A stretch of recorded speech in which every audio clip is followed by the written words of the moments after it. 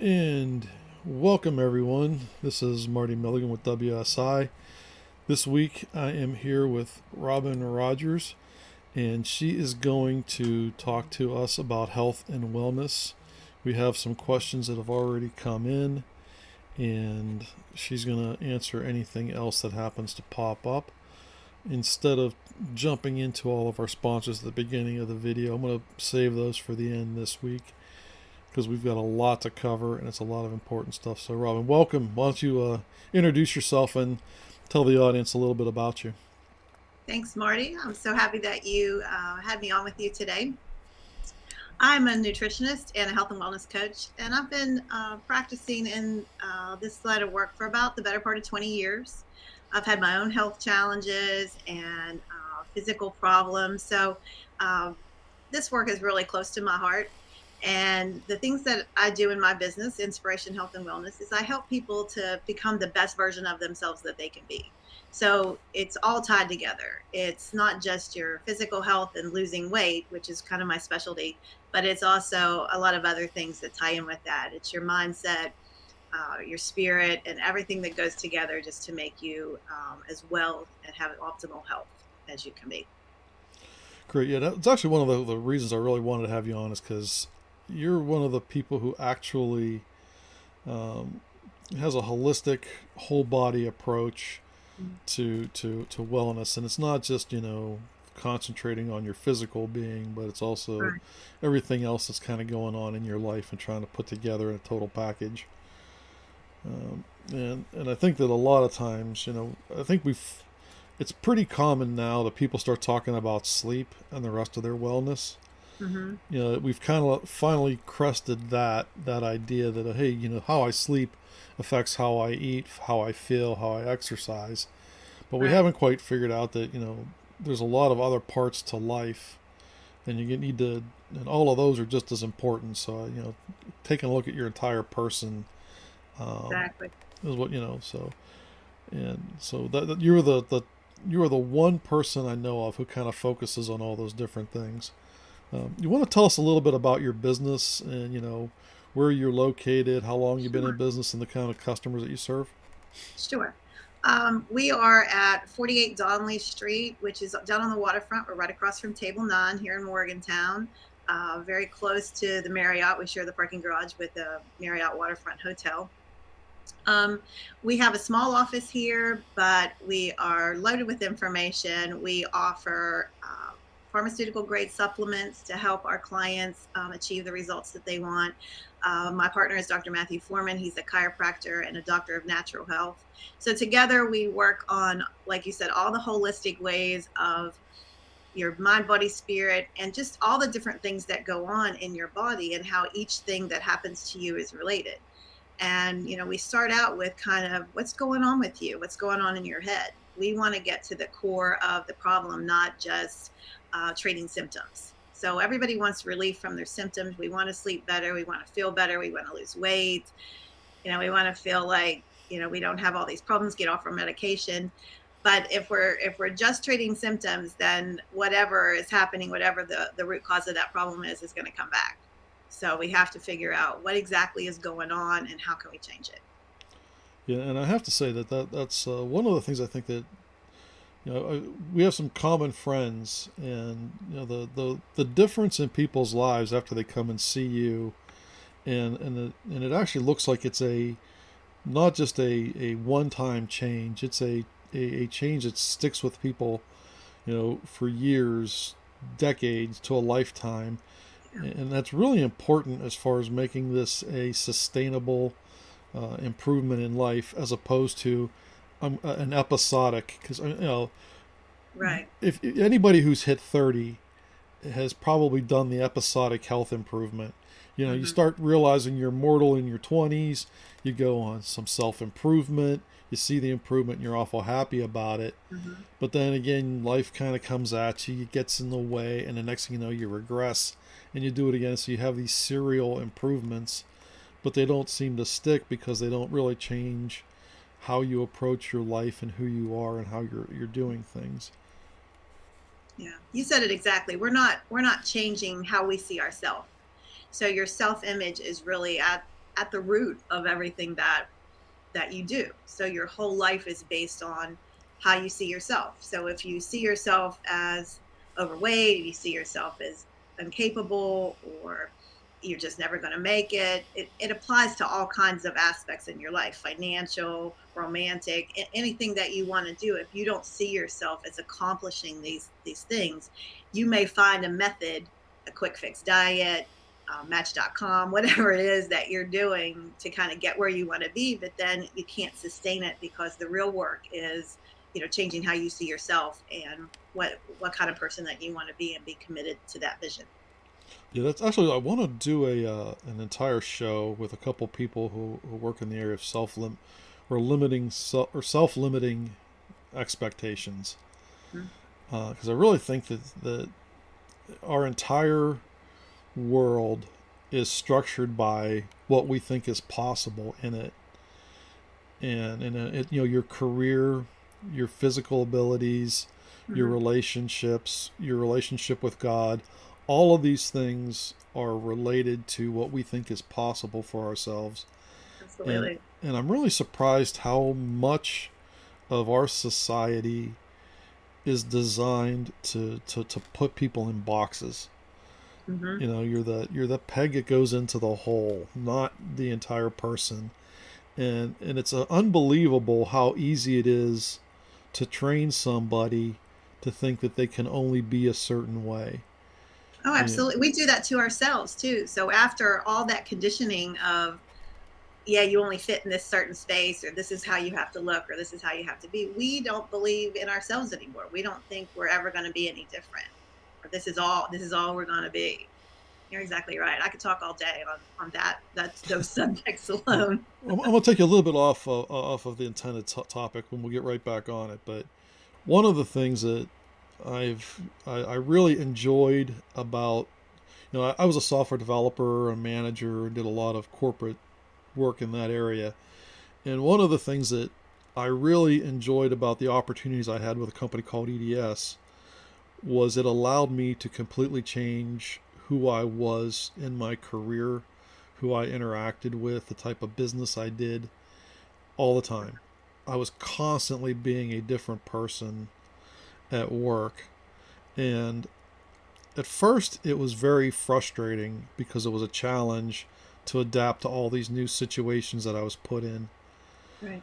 Um, but someone clicked at some point, and I embraced it, and it was amazingly freeing to be whoever I needed to be for the problem at hand, Hmm. and the ability to just not have a preconception of, well, I'm the software online guy. Hmm. So I'm the guy who solves whatever problem you have. That's And right. when I started doing that, not only was I having more fun at work, and I was actually able to improve my career a lot. And I Hmm. think that the ability to see ourselves as whatever I want in the moment is what I can project myself as, and I can become that person. And it doesn't matter who I saw myself as yesterday or who I wanted to be yesterday. If I want to be the geeky person who's going to the library to learn about a specific subject today, if that's who I am and who I want to be, I can be that. I don't need, Right. who I was yesterday to influence that. And so those, our past, we do it to ourselves. Society does it to us. Anyway, so I just wanted to run that past you and see how you your opinions on those kind of limiting experiences in our past. Yeah, I agree. And our past kind of forms who we are and where we've been. But a lot of the things that I teach people is about, bringing all of that kind of into focus now, and saying, well, that's back there. And I understand therapy, and a lot of us have to go back there and kind of say, okay, this is what I've done, and this is who I was. But in order to be the person that you want to be, number one, you have to decide that. So you have to figure out who is it that you want to be, and that goes right along with what we're talking about too. You have to have some kind of measurable goals. You have to have, specific ideas about who you want to be, and be able to open yourself up to that, and get okay with the discomfort sometimes, and be able, you said the word embrace, and that's something that I think is really what we need to do. We need to embrace who we are and be okay with it, in order to move forward into who we really want to be. And one of the things that I kind of got over a long time ago is that any decision I made to do something, I was never constrained by it in the future. So it never felt like anything, if I made a career move or if I did something, to learn something or, to meet somebody or go someplace, I never felt that I was constrained in the future by doing it. It never felt like I was overly committing Hmm. to something. And I think it happens a lot in school where I notice, when I work with a lot of kids who, especially teaching them math and science, they almost feel like if they put effort into something, it commits them to it into the future. Hmm. And I think we carry that through into adulthood, and all of a sudden you're dealing with inertia instead of choosing what you want to do and where you want to go and what's going to make you happy in the future. Yeah, exactly. And everything we do is tied to a feeling. So, if you start to feel, we have to have discipline to lose weight. We have to have discipline to make money. We have to, but we have to be able to embrace that discipline instead of feeling like, oh, it's a drudgery, or, we're, like you said, we're just tied to something forever. Maybe we don't want to do it because we want to make a living, or I have to be a certain size, or I have to weigh a certain amount to fit in or to be accepted by my spouse or whoever, instead of actually saying, wrapping your head around it and saying, this is who I really want to be. And I can take these steps and I'm not tied to that forever. I can do something else. And the possibilities are really endless. And I think it's one of the things I think is important in that is the you kind of mentioned the idea of self responsibility and being. I find that a lot of times discipline is easy if we realize that we're making the decision to do something and that the discipline to carry out the action is a result of our own decision as opposed to, man, the doctor said I got to lose weight, so now I got to go through this drudgery, as opposed Right. to, internalizing the goal and saying, this is the person I want to be. Then Right. all of a sudden the discipline becomes easy because it's my goal instead of something that society's inflicted upon me. Right. Exactly. And it's whatever our feeling is around the discipline too. If we feel like however we were raised, I was raised in, a very religious home, and the discipline was pretty heavy. So it seemed like everything that was fun was off limits. So I associate discipline with drudgery and misery and pain. And, I've had to learn that I can associate that with other things, with accomplishment, success, feeling good, because we're all ultimately looking for a feeling. So no matter who comes to see me and they say, I want to lose weight, I need to do this, my doctor says this, well, how do you think you're going to feel when you get there? So, it's really the feeling you're after. It's not so much, oh, I need to do all this weight loss, but you need to feel good about yourself, or you need to feel healthy. And how does that look for you? Uh, that's a really interesting idea. Is that it doesn't really take a lot to make people feel better about themselves, and I think the getting in the habit of feeling good about yourself and the people around you is such a small thing, but that first step seems insurmountable.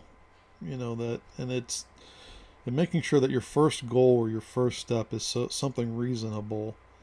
And I've always thought that if you make it, if you make the first thing you do about somebody else, it might be an easier way to kind of start your journey. Um, but Yeah, anyway, kind of drifted way off of the topic that we had agreed upon, and we'll I come don't, back. I don't want to, I don't want to take you up for the whole afternoon. So we did get a few questions. They weren't what I expected. So um, before we start, did you want to talk a little bit about the supplement line that you guys carry? That Yeah, might be a actually, good we thing to. carry a couple different ones. And one of our supplement lines is a pharmaceutical grade, and it's only available in a physician's office. And we offer those because what is important when it comes to supplements is that they be free of excipients. And excipients are things like fillers, stabilizers, things to give an example is magnesium stearate. And it's something that's used in pharmaceuticals. It's used in all kind of tablets and capsules and things like that, that make them not stick together, prolongs their shelf life, keeps them moving in the machinery that they're making the supplement on. But those also are things, the magnesium stearate and other excipients are things that cause you not to be able to absorb the properties of the supplement. So if you're taking a lot of over the counter stuff from the local drugstore or your big box store, that has those things in them, then you're kind of defeating your purpose, because you'd have to take so many just to absorb a little of what's going on there. So what we offer are things that are free of excipients. And the newest line that we're offering is something called Plexus. It's a wonderful supplement company. They primarily do just supplements. They do some skincare, but I love the supplements because they're natural, they're non-GMO, which is a big problem with the foods that we get today. And a lot of the supplements, everything is modified. And these are sweetened. If there's anything, a sweetener in them, they are stevia. So they're a natural sweetener. One of the things that I recommend for my clients and my family and myself is that we're staying away from artificial sweeteners, because artificial sweeteners are so damaging to your gut health. They're damaging to the mitochondria, in your cells, and they're bad for your brain. So these things, and I was a huge artificial sweetener junkie for years and years. And it took me a long time, and I know to get off of those diet sodas and things like that.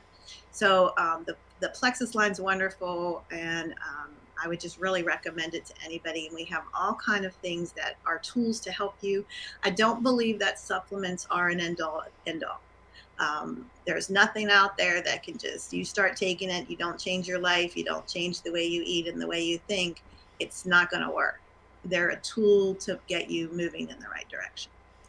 Cool. Yeah, I wanted to make sure we covered that because I thought that was there were a lot of really important points that you brought up on the supplement lines that you have, and the idea that the sweetener issue, I think, is something that most people don't focus on enough. I found that even I have issues with corn syrup a little, to a certain extent, and I found that cutting corn syrup out as much as possible, in addition to avoiding things like Diet Cokes and those kind of things, I found that sodas, just in general, were a bad, just a bad thing to include in my diet at all. Yeah. And I find that the artificial sweeteners have a lot of side effects that people don't expect.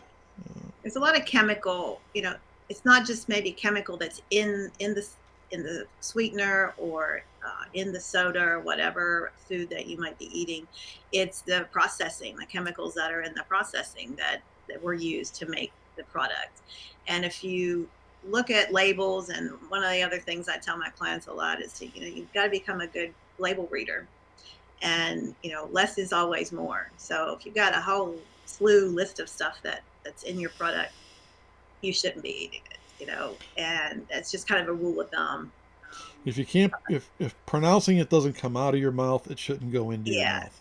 um, my partner, Dr. Foreman, always says it's, you think about food by God and food by man. So if you've got a whole slew of processed stuff, and you've got a Oreo, or a cookie or something over here, and your choice over here is an apple, it's a no-brainer. You're going to choose the most natural, most whole food, if the choice is there. Cool. All right, we better jump into these questions. I have a feeling they're going to take a little bit of time. Um, the number one question, this is a variation on this, came in a lot. Help, I gained 20 pounds since lockdown started and I can't take it off. Yeah. If I had $1 for every time I've heard this question over the last year or so, or like you said, some variation thereof, it's first of all, nobody's alone in this. Our whole society got turned upside down. Your way of life got turned upside down. So the first step is to not beat yourself up, because beating yourself up gets you no place.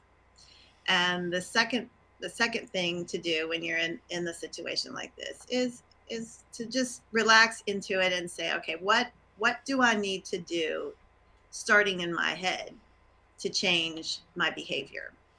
Because there's a lot of quote unquote diet plans out there, and in my mind, as a nutritionist, diets don't work.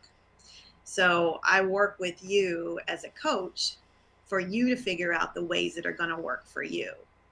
And it's not a diet that's going to work. It's a way of changing your behavior, your mindset, to get to where you need to be. So, first couple of things we need to always look at is, where have you been? So you need to look at, what have you been doing? And the things that I do with my nutrition clients is we spend some time going over what we're eating, what your lifestyle looks like now, what's changed in your activity level, and what options do you have to get back to either what you were doing or something new, because a lot of people are working from home now. So they're not going to go back to work. They're not going to maybe get the exercise that they were. So you got to work with what you have. And it all starts in your mind. So again, we have to go back to, what's a measurable goal? I've gained X amount of weight. Where do I want to be? And why? So your why is probably the biggest reason as to how you're going to get from here to there. Your why is the big question, and it has to resonate with you.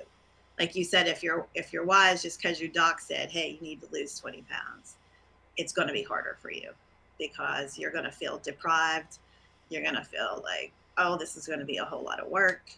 And in reality, if you look at that as far as no deprivation, you need to embrace the discipline of what you need to do to get where you're going.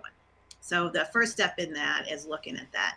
Second step is going to be, once we determine what it is you're eating, and what your activity looks like and how you feel about yourself, then we're going to break it down into changing some of those behaviors. And it's small changes at a time. I don't personally believe that we should make big radical changes, because one, they're not going to be sustainable, and two, they can overwhelm you.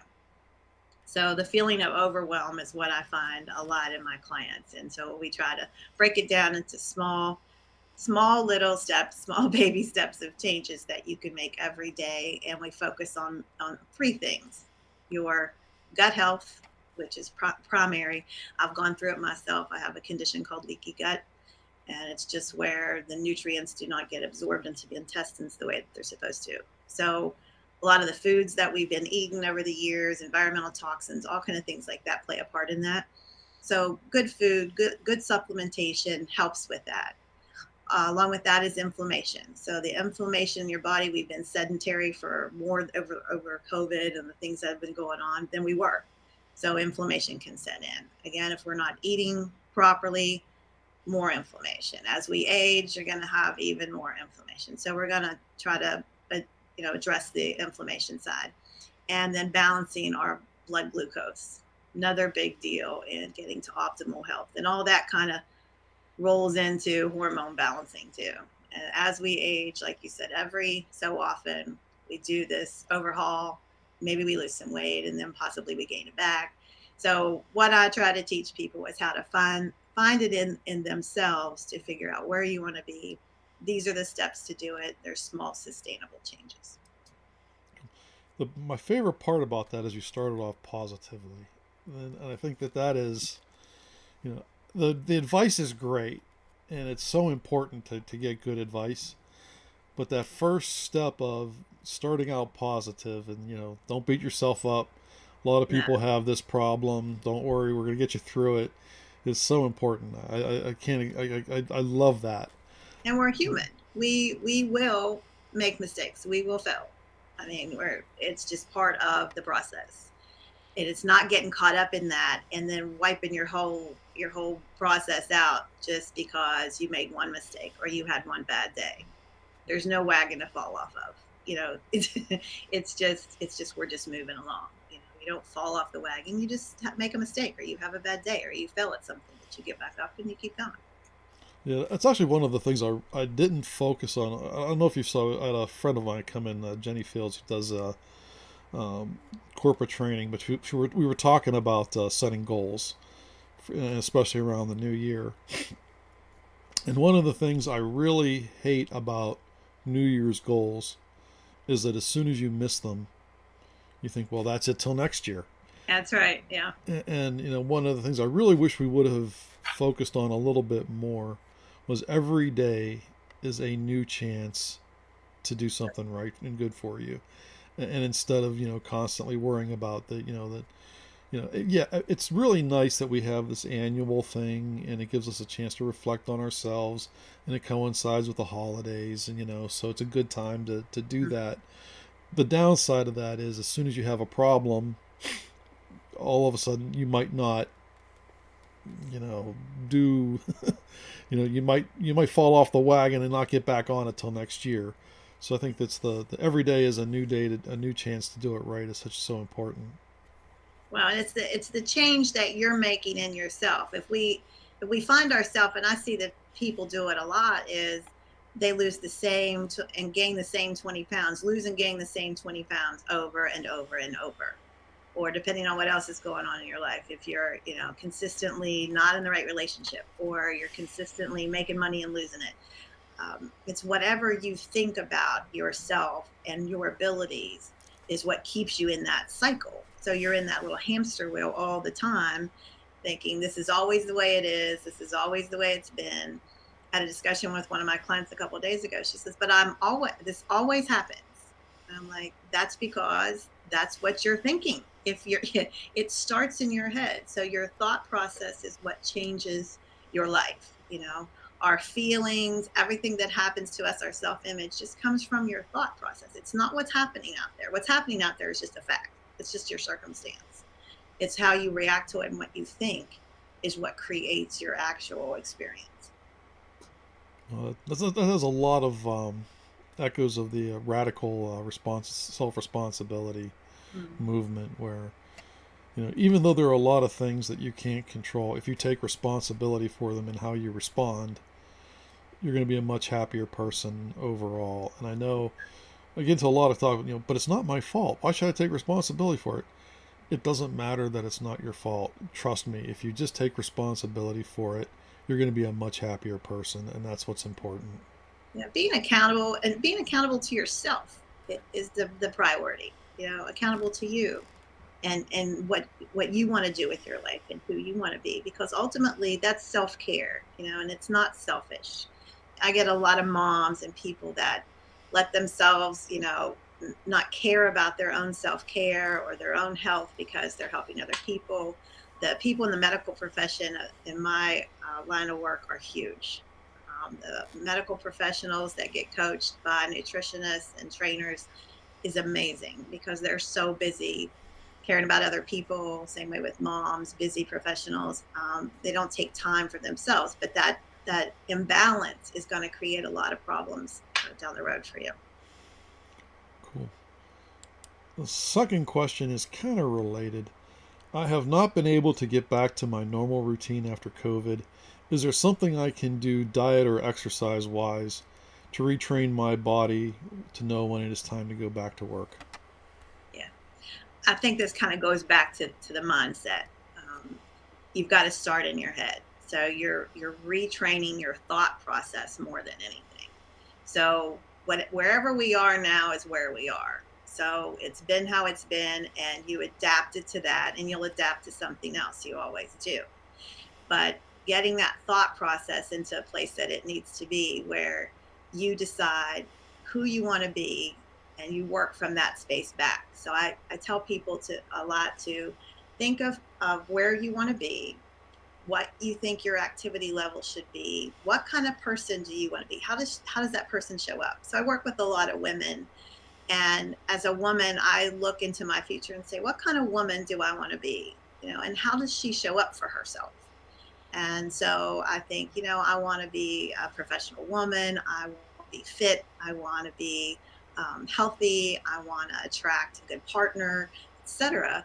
What are the steps I need to take to do that? So as you think through those steps, the outside starts to change. Opportunities arise. Different things will come into your life. So it's more of a mind game than anything else. And then you figure out, well, how does that person act? So if I'm a healthy woman, I'm a good size woman that I feel comfortable in my clothes. I feel like I'm not overweight. Then I make better choices along the way. And as a nutritionist, I can help you with those choices and we can talk about the science behind what works in your body and what doesn't. But ultimately, the whole concept of you changing your thoughts and figuring out how you show up for yourself and making those kind of decisions, what does that person do? When you start to think that way, you will start to automatically make those choices. It's really a lot easier than it seems. Cool. There are a couple things there I really want to highlight what you said. I really like there. And the first one is that whenever we are faced with a change, we kind of, a lot of times, we don't think about how we adapt to it. We kind of just let it happen. But then we don't have to stay in that mode. It's a choice to say, let's do something different, or let's change the way we've adapted to this, Right. and change again. Just because we changed once doesn't mean we shouldn't have to, or we don't get to change again. And I know it, and I kind of led the world on the whole work from home. I think I set up a set of work from home servers for a team back in the late 90s. So this working from home was nothing new to me. So I kind of led the charge, and I think I did have some of those same issues where, man, that refrigerator is not that far away, um, Yeah. and you kind of get in the habit of, you know, this task at work would be great with chips, and all of a sudden that task becomes a task you do with chips, Yeah. and you inadvertently train yourself to be one way. And I like the idea that number one, it's a decision to be a different way to force yourself to make a change and then go through that change. And the other part that I liked that you said was you don't have to do it alone. You can call somebody like yourself and and get a little another at least another perspective, some professional advice, and realize that you're not out there in no man's land running through the minefield by yourself. That's right. That's why I like coaching. That's why I wanted to become a coach. I've been a nutritionist longer than I've been a coach. I was an exercise trainer and a nutritionist and had my own gym for a while till I broke my back in a car accident. My whole world changed. You can't work out the same. You don't eat the same. You don't feel the same. Now you're in pain. It changed my whole life. But I had to look at that from a different angle and say, what am I going to do now? You know, working within what I have now and where do I want to be and how do I get there? And that's why I love coaching so much. It's because it's us figuring these things out together. I know there are some places you can go where somebody tells you what to do, and a lot of people want that. They want structure. They want somebody to tell you what to do.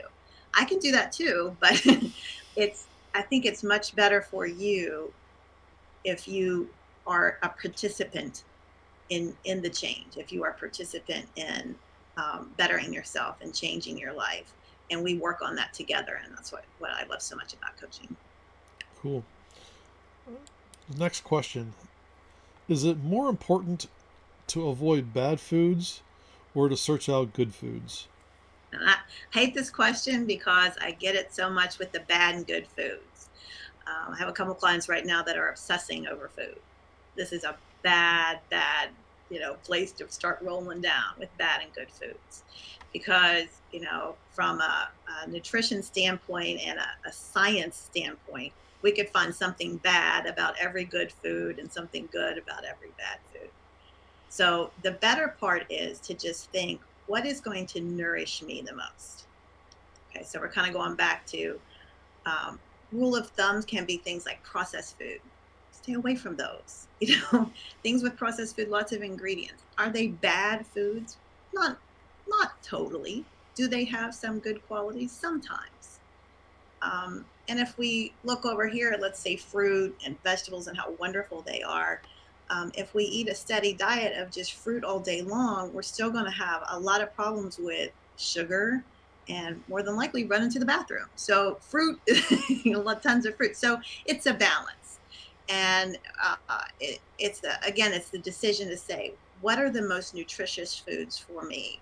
What are the best foods? And that you figure those things out by journaling, by figuring out, what you're doing, what you need to be doing, working with someone that says, hey, this is what's going on in your body. Let's find out what foods, what you're doing, um, to manage that, to make it better, to precipitate a change. And so many people think that broccoli is really healthy. Well, broccoli is healthy, but it may not be healthy if you have a thyroid condition. There are things in it that will aggravate that. Same way with different fruits. Pineapple's a wonderful fruit. It's got something in it called bromelain, and bromelain is very healing. We have bromelain in some of our supplements. It's a wonderful thing, but pineapple also has some toxic properties. So if it's eaten in mass quantities, it can cause you to be very sick. So the good and bad food debate, to answer your question, I think it's better to just focus on what's the most nutritious food for you. What's going to bring you the most nutritious, nutrition with the best satisfaction for you. So a little follow up. One of the things I've always been very careful of or been very suspicious of is making sure that I'm not deficient in any one nutrient and not worrying so much about any one specific food, but Hmm. more so, you know, kind of again, it's the more the exercise view of it. That if you eat your macros right, you don't really need to worry too much about any one thing that you eat. But it was always, really important to me to make sure that I wasn't deficient in any specific nutrient and kind of look at my diet overall, Right. um, which I always If you're found that. having health problems, you can look at that from a health problem standpoint and say, okay, if I'm having some health problems, best thing to do is get some blood work, and I can look at blood work and we can talk about what's going on with your blood work. And even if you have blood work that everything is in the optimal levels, because you'll see your blood work and there's, this optimal level for this and that, and you fall in the appropriate category, it's not high or low, but it still may be high or low for you. If you're experiencing some symptoms of something and yet your blood work is normal, there are still things that you can do nutrition wise to change that. So even if you're not deficient in something, you can still change the way you feel by changing what you eat. Cool. And likewise, I'm sure that a lot of us have a food that we know we should not eat because our history shows we should not eat it, Right. but we tend to eat it anyway. Right. And I think that that's again, I think we kind of get back into the mindset of, Right. Discipline. well, and I don't know, I think that there's I don't know, for some reason, the foods that are bad for us we always find as comforting. And I don't know why, is that, it's just a vicious circle or something, but I don't know. Like for me, I noticed that like um, sodas and teas and juices that had a lot of corn syrup in them Mhm. caused me to have really disrupted sleeps. Mhm. And if I'm careful about it and I avoid it, I can sleep really well. But man, if I drink too much corn syrup, Yeah. I know that my particular, the way I metabolize it, tends to wake me up in the middle of the night. Sure. And Anything that you're taking out of that moderate category and overindulging in. So, alcohol, sugar, and sugar in and of itself to me is one of the most toxic things that you can put in your body. I tell my clients, fat's not the enemy, sugar is. That doesn't mean you can go eat a ton of fat either. And some of the diets that are out there now, keto plans and different plans that say, you just do these strict things or these things. They're I don't find them to be healthy because you're depriving your body of something that it needs. You may lose weight, but it's probably going to be temporary, and you could wind up with a lot of health problems too. well, that's a little foreshadowing to a future question. No. Um, the next one, I think you kind of touched on this. And it's probably gonna. I think I know where you're gonna fall in on this. Should I make diet and exercise changes all at once, or should they be gradual? Yeah. If the short answer is gradual. Um, figuring out where you want to be is the first step. Getting specific on those goals is the second step. and then adding in things each day, even if you make one change per day. So I have a goal in my life that pertains to something else right now. So I made a decision. Okay, February 1st, I'm going to do one thing, per day to get to this goal. And maybe that'll start to be two things per day. It's just like, let's say you want to walk more. You're not walking now. You've been sitting at home a lot. So maybe your goal is to walk 2 miles a day. Maybe you don't meet that goal. Maybe you walk 1 mile. Maybe you're only walking half a mile. But if you make that change every single day and you're consistent, over 30 days, now you've walked 15 miles if you only walked half a mile than you normally would. So I believe in the gradual process. I don't believe we should feel deprived. I don't think we have to feel deprived. I don't think we have to feel bad about ourselves, beat ourselves up. And every time something goes wrong, you fall off and then you can't get back on. So, like you said, back to the mindset change, gradual steps, consistent steps. Yeah, I always found that the gradual is it kind of works the best. But my maybe it's my mental mindset or how I approach the world. I do a lot of project type stuff. Whereas if you do one thing, if you did one thing a day for an entire month, you'd finish the project, and that's usually a good way to go about it. But when you're in the excitement of the project and you really want to get it done, Yeah. sometimes you just want to buckle down and put 4 hours or 8 hours or 10 hours or 12 hours a day to put your shoulder against that wheel because you want to see the progress. And sometimes when you're doing technical work or when you're doing writing work, you get into that deep work phase, Mhm. and that's how you approach things. And I always found that if you get into the habit of focusing on trying to get into deep work and making big progress against your goals, it almost is it works kind of counter to the little It consistent does. changes we want to make in diet and exercise. Exactly. Because then you um, feel that overwhelm because, you're excited. It's like the new year. You're excited about what you want to get done. You think, okay, I'm going to make all these changes. I'm going to get healthy. I'm going to balance my checkbook. I'm going to clean my sock drawer. I'm going to do, all these things. And you don't know where to start. And the next thing you know, you're completely overwhelmed with all your big to do list. So, you know what ends up happening? You do nothing. That's usually what happens. Or you go to the gym and you're like, I'm going to the gym and I'm doing all this stuff, and then 5 days into the gym you've had it. Or you're trying to have a month of no alcohol. 5 days in of no alcohol, you can't take it anymore. It's like, I'm heading to the bar. So there, all these things work again. You're right, they are counterproductive.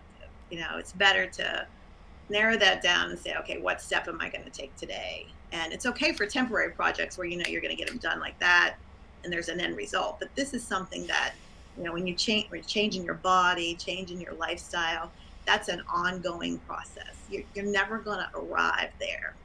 You know, you need to feel good about things now and then enjoy the process, you know, because you can't get to a happy ending with an unhappy journey. one of the things I always find is when I'm working a project, you're going to have a very viable or a very visceral example of your productivity at the end of the Hmm. day. And going to the gym or eating properly is something that's cumulative. And so That's a right. lot of times I'll get excited about a project and I'll skip. The temptation is to skip the gym. I did it yesterday. I was planning on going for a swim in the afternoon, but I got into something and it was fun and I was making accomplishments. And so instead of going for a swim, I sat there and completed the project. But it was counterproductive, not just in the fact that I missed the swim, because I spent too much time focusing on that one task. Hmm. It took longer than it should have. I didn't take the break in the middle of it, so my perspective on it was warped, and it forced me to come back to it again with a little bit more perspective. So, it would have been much healthier, not just physical, but even the task at hand, to take that break. These aren't just, it's amazing how well the parts of your life fit together if you do, if you kind of follow the script. And if you get knocked off or you try to overindulge in one, it kind of has cascading effects. And you just, as you get older, you should learn that. But apparently, I'm kind of slow on the uptake. It's a delicate balance, Marty, and you know that. So when the scales tip one way or the other, then your life becomes out of balance. Something becomes out of balance, and then that's when the problems start. So, in order to keep ourselves at optimal health, and just optimal well-being, where we feel good, we're at peace in our life, we're never going to get to that place where it's like that all the time. Life happens. We're going to have good days, we're going to have bad days, we're going to have these different things in our life. But if we're seeking balance all the time, and striving for that, then that's where you're going to recognize when you're in that situation that you were in yesterday, and you recognize it and you say, well, that was counterproductive. So at least you recognize it. It's the value of getting older and more experience as you recognize those mistakes when you're making them again. Um, That's right. when we're talking about gradually making changes for exercise or nutrition, is there such a thing as too small of a change? I don't think so. As long as it's a sustainable change. If you, let's say today, you decided you weren't going to eat as many grains as you did yesterday because you know that they tend to turn to sugar, and then they're gonna be stored as fat. So if you make that change today and just don't eat maybe two slices of bread where you usually do, maybe you ate one, small change. If you do that even every other day, that will have a cumulative effect on your weight loss and your health. If you just pick a day and just say, well, I didn't eat bread today, and then tomorrow, you're back on eating, maybe you ate twice as much bread as you did 2 days ago, that's not really a change. So it's just a quick thinking I can do that, and then not making a sustainable change. So um, consistency is the key, and the little change can be very, very small, but doing it consistently will get you big results. I want to. I know I keep stopping, but I really wanted to reinforce something you said there, because it's something that is a pattern I see a lot of people fall into, which is the "I did something good, so I can now do something bad," Mm-hmm. is kind of the antithesis of making a small improvement. Mm-hmm. If we're going to allow ourselves to make small improvements, we have to realize that that doesn't give us carte blanche to do That's right. something in the opposite direction. And so we kind of have to, be honest with ourselves that one step forward is not does not justify two steps back or even one step back. If we're gonna Exactly. if we're gonna be honest and hold ourselves accountable and like ourselves, we need to make sure that we're not using positive improvements as a license to do other bad things we want to do. Exactly. Because I've seen that so often. Oh, I had such a good week. I lost 2 pounds. Now I'm going to have ice cream, and cake to celebrate. Followed by a fifth of Jack Daniels. So none of that is productive, right? So that just keeps you in that vicious cycle where you on and on and on and on. Not a good way to be. Cool. Move on to the next one. Now, you kind of hit on this earlier. This is what I said you were kind of pre-shouting. I got a lot of, what do you think of, X diet? Is it vegetarian, carnivore, paleo, et cetera, et cetera, et cetera? I can't emphasize this enough. Easy for me to say. Diets don't work. Can a diet temporarily make you lose weight? It can. Diets do not work if you want sustained weight loss and optimal health. They just don't. None of those do. Well, are they a temporary fix? Absolutely. Anything you do, if you do it with consistency and you stick to it, it will work for the time being. But I think as a nutritionist and just as a woman who's had struggles with her own weight and have worked with people over the last 20 years, that anytime somebody goes down that path, it's just a path for disaster, because the next thing you know, you're going to find out that you're not feeling well for some reason. your body needs a certain amount of things for it to work effectively. So we need carbohydrates. Carbohydrates aren't just in bread and cereals and pasta. Carbohydrates are in vegetables and fruits and other things. So we need carbohydrates, and we also need what's in those grains, and we need that kind of carbohydrate too. So to eliminate things like that completely and to go completely down a path where you, let's just say, we'll take keto for example, and you eat nothing but fat and you just eliminate everything that's a carbohydrate at all, your body is not going to function at optimal health. You're going to find yourself in possible kidney failure, pancreatic issues, your adrenal glands start to slow down. And then the next thing you know, you're going to gain weight back and it'll come back with a vengeance. And if you lost 20 pounds, you're probably going to gain back 30. And then it's going to be even harder to lose because you've changed the structure of your body. So, short answer is I don't think any of those things are optimal um, working for weight loss or sustainable wellness. So I know a lot of folks who are either vegetarian or vegan, and they're not really doing it for health reasons. They're doing it more for moral reasons. And I always worry that, or you always see the studies of how many malnourished vegans there are, and then they always compare them to, some track star vegan who, is in optimal health. And I always wonder, is that the exception that somebody who's on one of these narrow diets can be, not have any vitamin deficiencies or I any think it is. nutrition?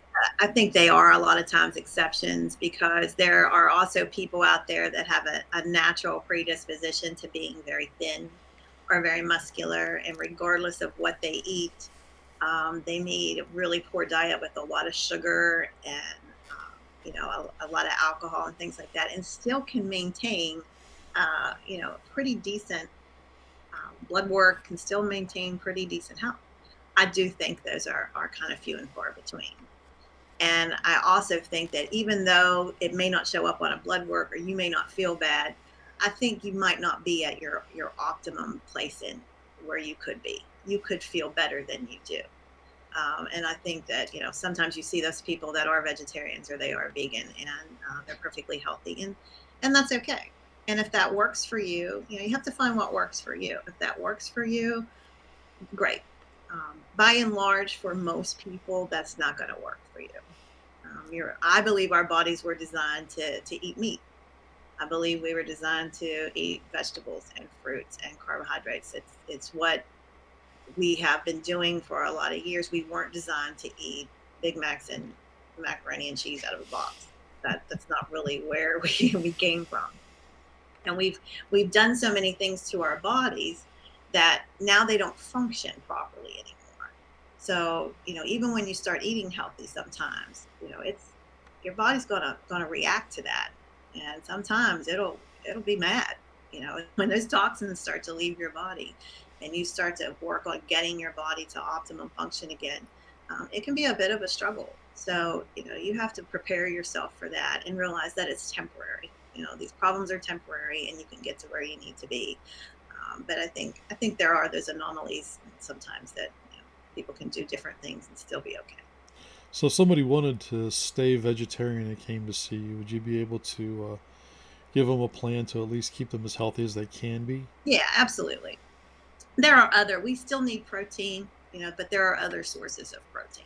So even though I'm a believer in, moderate meat intake, you don't have to do that. I mean, if you are dead set that this is something you want to do, there are other ways to get that protein, and you can get that through good quality supplements and other foods besides meat have protein. And I'm sure there's a lot of other conditions and reasons people have dietary restrictions. Absolutely. Yeah, absolutely. We work with a lot of different people, and it's just getting to know you as a person. And it's back to the holistic. It's a whole body situation. We're seeing what's going on with you, what you're doing, what you can and cannot do dietary wise, what you may be allergic to, because allergies are another huge problem for people. I have a tree nut allergy, so that has been a problem for me most of my life. But I also believe with appropriate nutrition and good supplementation, a lot of those things will dissipate because there's a lot of people that once they get their body working effectively again and you get some good supplementation, clean up your gut health, get that inflammation down, things like allergies go away. Things like diabetes can be managed much more effectively. You can not have to take so many other pharmaceuticals and things like that. Does it happen for everybody? No. We're all individualized. But do I think it's possible? Absolutely possible. So there's a lot of people talking about using different various types of elimination diets, looking to figure out if they're allergic to this, that, or the other thing. And I'm always very suspicious about that approach to figuring out allergies. What are your thoughts on that? I think allergies are kind of funny because they can develop over time. I had a friend of mine that developed a shellfish allergy when she was 40 and about had to melt down because she was such a huge seafood eater. Um, Food elimination, I think keeping track is a good thing. So when I first work with a client, one of the first things we do is I talk to them about writing down what you're eating, what your activity level is, so I can see it. So in order for me to work with you and help you with the knowledge that I have and for you to see it too, let's just see what you're eating, see what you're doing, how you're feeling at the end of the day, what your weight is, and then we'll go from there. Eliminating things, I don't know. I'm kind of on the fence about it.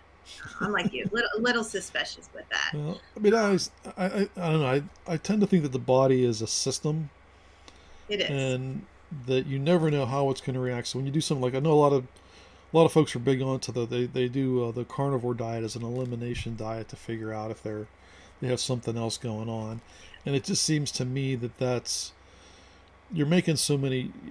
It's not a little swing. You're making this big change, Hmm. and then you're saying, oh, obviously, if I feel better than something that I eliminated was the Must be the must must be the reason. Yeah. where it could just be that all of a sudden you've been storing stuff in your fat and it's now being released because you've changed your diet so much that there's other things that can happen in your body when you go through one of these big elimination diets, that they're not just simply the things you're taking out. It's also the way your body's reacting to the elimination or the big change, Right. and that could be what you're experiencing, not necessarily what you've eliminated. Yeah, exactly. That's not an exact science, and honestly, we as a society have made weight loss and nutrition and being healthy far too complicated. It's not this complicated. It's really not. I don't work with people and talk macros and you know calories. Are those things important? They are, but there's something far more important, and that's you and how you feel about yourself and how you proceed with your life and doing the things that are right for your body. That's going to get you much, much further than these specific diets, these specific plans. There's so much noise out there with regard to health and weight loss. If you started really looking at it all the time, it would drive you insane because it's just, well, you need to do this, but don't do that. And it's too much. It's just way too much. You're better off to just focus on you, what works for your body, what makes you feel good, where you want to be, and focus on how you need to get there. Because what works for somebody else isn't going to work for you. That's one of the things that, as a coach that we do here, it's an individualized approach. Are there a few things that may work for everybody? Yeah. You take somebody down a path and say, okay, let's do XYZ and start there. But then as you get to know somebody, then we'll figure out what's going to work for you on an individual level. This last question I really hated, but there are so many people who want to ask it. I felt it was important to talk about. Is that if I can make only one change in my life, what should it be? That's your question, isn't it? It's just you. You wanted to know that, didn't Well, no, I know what changes I need to make. you? If you had to make one change in your life, for me, the change would be that you need to examine what your self image is. So you're not broken. We don't need fixing. So I believe that the change you need to make is to get that mindset change from I need to fix something about me and realize you're not broken. You need to get okay with you. Find a place where your thought process is part of of who you are and what you're doing, and get that self-image changed. It might be broken, but you're not. Cool. I like that because it's not something that someone can just do and take up mindlessly. Right. And I always It think that, requires some thought. well, but I think that our entire goal in life seems to be the, or at least the way society has developed over the last maybe 40 years has been to um, take the thinking out of ourselves and put it to some expert someplace else, Hmm. and then we just follow the prescription, Exactly. and you just reverse that. It's like wait a minute. If you want to improve, wait a minute, you have to think about how you want to improve and how you want to Right. see yourself and who the It's an person you want inside to be. job. This is an inside job, and we got to figure out, where find the highest part of you, and when you find your highest self, it already knows what to do. You know, I prefer to call that my relationship with God, my relationship with my higher power, but we already know what to do. But it's just tapping into that because we've got so much other stuff coming at us from all different directions. And if you settle down in that and realize it's what's going on in your head that makes that change, that makes that difference. It's amazing, it's phenomenal, the results that you can actually have. I changed my life through thought process and what I wanted to become. My whole life changed. And so when you get to that space, even when life throws you something tough like a pandemic or an accident or death or a relationship ending or whatever the case may be, instead of turning to food or alcohol or something to fill that hole, you can turn back into yourself and say, I know how, I got this, I know how to do this. So that's the thing I talk most to my clients about. That it's an inside job. Change how you feel about yourself. Rely on that highest part of yourself, and you'll never go wrong. I really like that because I think it makes living life um, a lot more something that you do on your own terms, as opposed to a series of crises, whatever that word is, that happen to you. Right. Um, and I think that, again, I keep going back to, if you decide that you're going to be in charge of your life no matter what happens, then you might have a series of setbacks, but you don't have things that are going to be existential problems to Exactly. your entire existence. You are the CEO of your life. You have to figure that out. It is you. You are the one that creates that. You are not your circumstances. It's easy to be the victim too. We tend to be the victim, or we play the blame game. Okay, I've gained all this weight because of COVID. My husband does not support me. The list goes on and on. My kids bring all the junk into the house. I mean, you can make a plethora of excuses and reasons, but if you decide that and take responsibility, hey, this is my life, it's my health. I'm the CEO of this operation. I get to choose. I get to decide how my life is going to look, and everything else will just fall into place.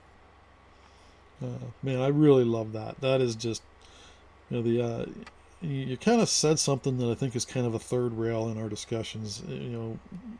Today, a lot of people really embrace the victim psychology, or the victim um, ethic, where it's your highest the highest thing you can be as a victim. And man, is it fun to play the victim. Mm-hmm. We kind of blame our political beliefs on it, and we kind of blame our how we achieve in life on it, and all that kind of stuff.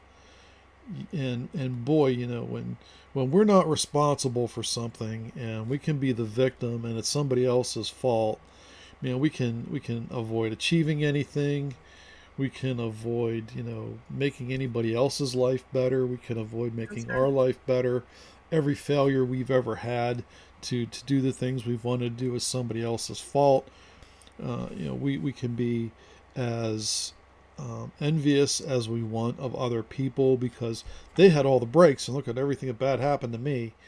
That's right. It is so toxic to living and inspired. Like, you can't really be the person you want to be if you're always the victim.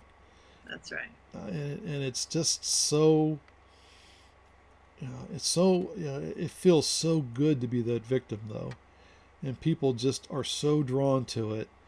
And now we have, entire political movements that are capitalizing on it, and Hmm. entire, Hollywood and the even advertising has fallen into, man, if I can turn you into a victim and I can support you in your victimhood and make Right. you comfortable in your victimhood, I can sell you anything. Yeah. And And then to you have to rely on somebody else all the time too. So there's no self-reliance in that equation. You play the victim, you be downtrodden and however you want to be, and then if you need something, then you have to rely on somebody else to get it for you. That you have no way of doing that for yourself. The more victims we have, the more control other people can have over these victims. And I, for one, I'm not going to do that. And I coach people out of doing that. Be responsible for yourself. You know, uh, decide on the life that you want to live, how you want to show up for yourself, and then make the steps to start taking those steps to get there. I mean, it must feel really good for you to have your clients come in with their problems and have them leave not dependent on you, but empowered to go out and solve their Empowered. problems themselves, and you are there. You're there to support them. You're not there to do it for them. And That's right.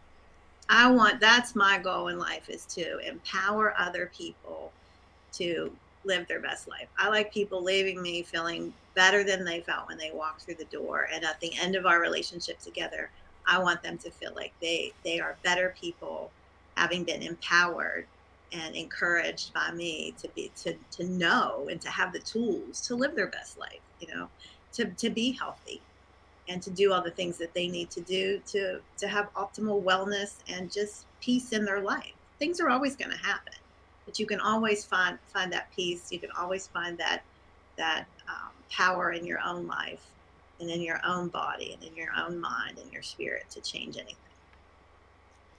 excellent. Well, Robin, I really appreciate you coming in and I spending appreciate some you time having with me. me. This is a fantastic conversation. I'm going to recommend all my friends watch this, and hopefully are going to beat a path to your door to come in and That'd be say, great. Thanks, well, Marty. I appreciate the opportunity to chat with you. And if anybody has any questions, they can feel free to call or text me. I have a Facebook page. And, sometimes you can just show up at my door. I may not be here. well, why don't you give your phone number and the name of your business again so people can get a hold of you. Again, we're Inspiration Health and Wellness. We're natural health, weight loss, overall wellness, chiropractic care. We're at 48 Donley Street in Morgantown on the waterfront. Our phone number is 304-826-0533. Facebook profile is Inspiration Health and Wellness. And if you have any questions about any supplements I mentioned today, feel free to reach out to me. I have a lot of folks that are pretty healthy. They don't even need to lose weight, but they'd like to change some of the things that they're eating. And I'd be more than happy to go over that with you too. Excellent. Thanks again, and Thank I'd you. like to thank our audience and our sponsors. We are brought to you by Digital On Ramp WSI, where we turn searchers into visitors, visitors into buyers, and buyers into lifelong fans of your business. We are also brought to you by Pillowsonic. Pillowsonic is an excellent device for listening to podcasts without disturbing your spouse or anybody else in the room. It's a Bluetooth speaker that you put underneath your pillow. It plays right through the pillow, and you can enjoy relaxing music as you drift off to sleep. I know I've played way too many bands and done too many race cars over the years, so I have terrible tinnitus. I love the Pillowsonic. I can listen to something very relaxing and drift off to sleep without that crushing noise as soon as I lay my head down. Um, anyway, that's all for today. And next week, we're going to be talking junk insurance. All of those little annoying ads that you get in the mail. Should you buy uh, utility line insurance? Should you buy the life insurance that comes on your loan? All of that. We're going to have a couple insurance experts in here to tell you what's worth buying and what's not worth buying. Thanks, everyone. And thanks again, Robin. Thank you, Marty.